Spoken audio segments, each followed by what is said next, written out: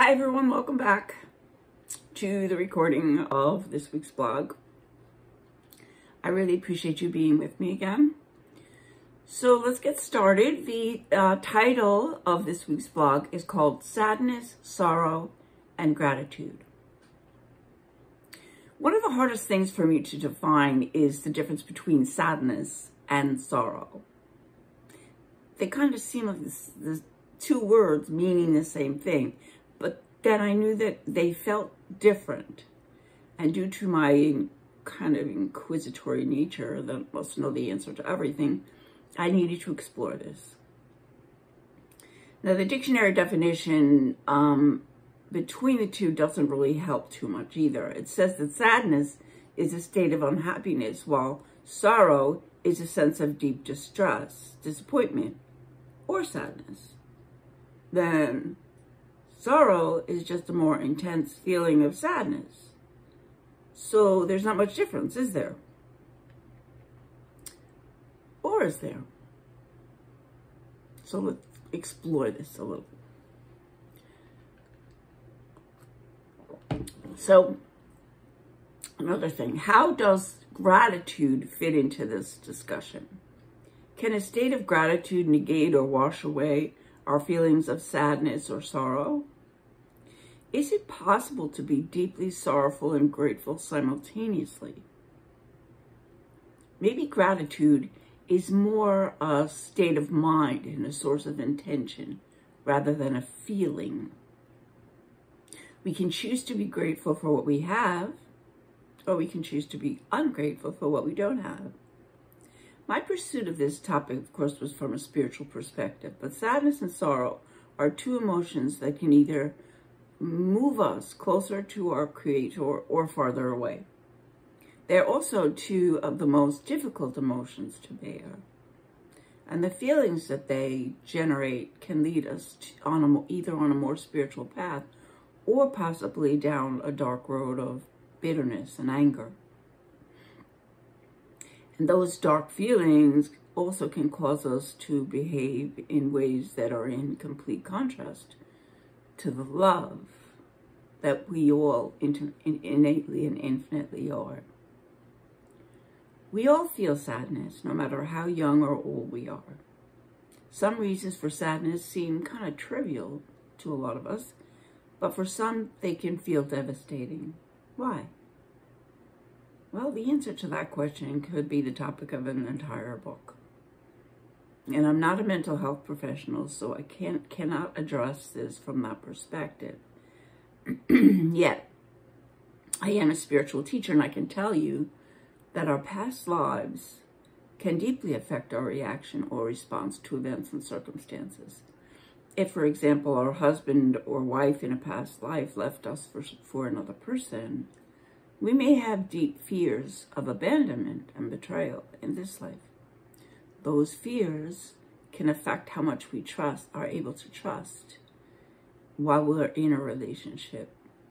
And if we are betrayed again in this life, our level of sadness and sorrow would probably pretty much be off the charts. Another thing that affects how we react to sad or sorrowful times is the configuration of our soul energy. Some souls are fierce and definitive about their purpose, and their reactions to sad or sorrowful events may seem unemotional, where in reality it is simply the way that their energy expresses itself. This can seem to help the person move on really quickly from sad experiences, but they eventually come to realize that they didn't really process it, and it takes them much longer to process how deeply they were affected by them. Some souls, like me, respond quite emotionally to sadness and sorrow, both personally and collectively. I'm an empath, which means I feel and sense things on a much deeper level than most people. This can be both a gift and a detriment.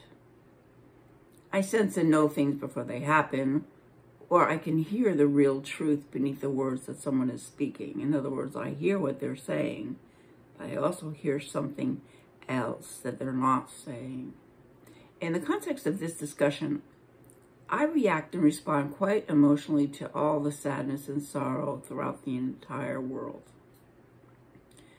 And reacting with such high emotions can cause quite tumultuous and turbulent times.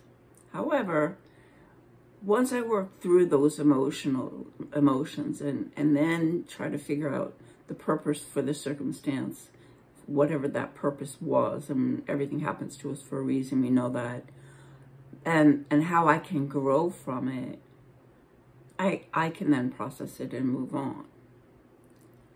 The thing for me that separates sadness and sorrow is this. When we are sad, it is usually about a circumstance that is temporary. And once it's over and we calm down, and our sadness dissipates. And even something like an unwanted divorce and the sadness one feels about losing the person that they loved will eventually dissipate, because sooner or later, we realize that that person was not the divine design for us during this lifetime. If he or she was, they wouldn't have left. So once we come to that realization that it was not meant to be, happiness and appreciation for life can return. However, if something happens like a sudden, unexpected death, or even a death after a long illness of someone that we deeply, deeply loved, the sorrow may linger for the rest of our lives. Why?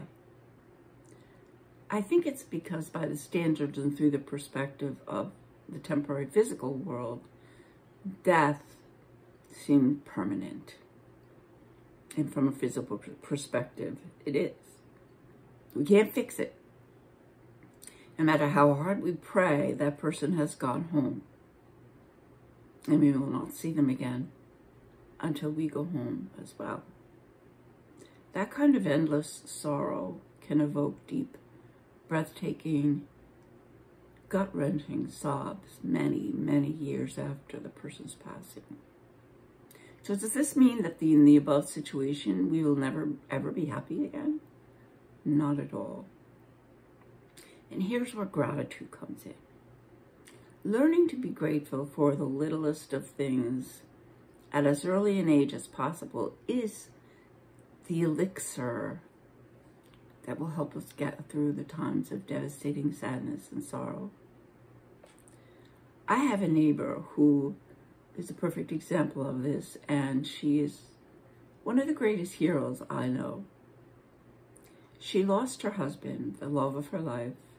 I believe it was in May of 2012. And she was devastated beyond belief. Her grief was just heartbreaking and so difficult to watch. Yet we could only love her and try to support her through her pain.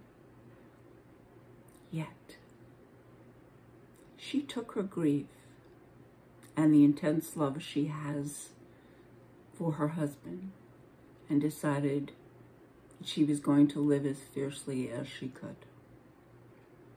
So she renovated her house so that one of her daughters and their growing family, they now have 2 boys, could live in the main part, and she built a lovely apartment for herself.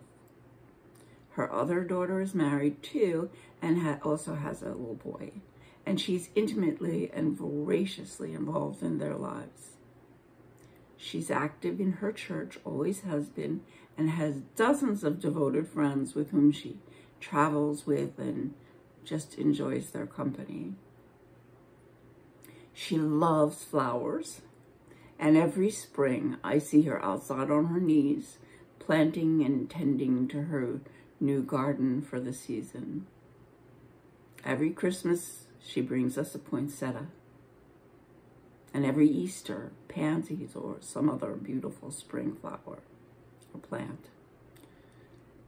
Her faith in God was and is strong, and it allowed her to see through her grief the light and healing that would come from living in a state of gratitude.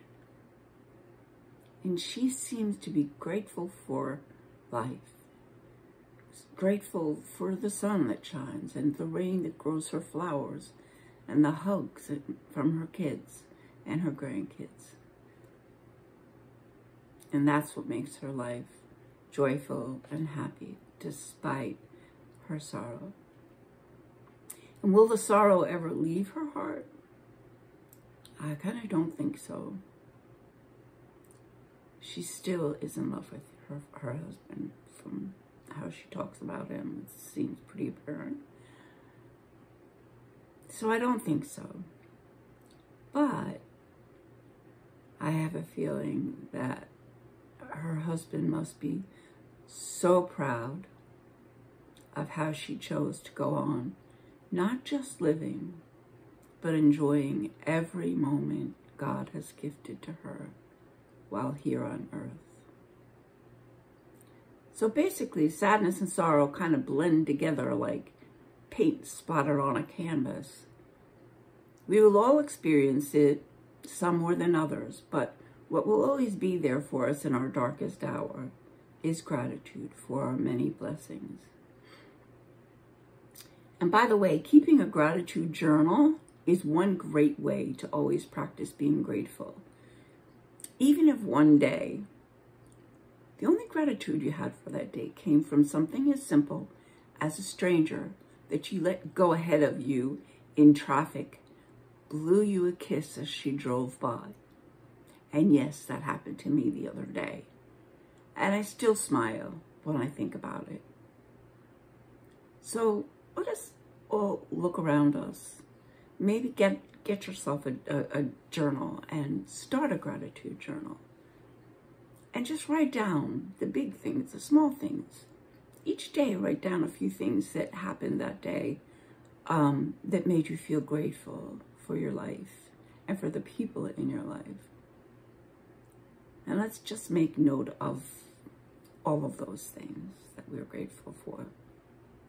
And today, and every day, I am grateful for all of you, for sharing your time with me.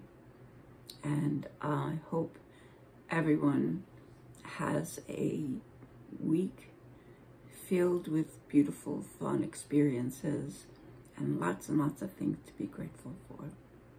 So, namaste.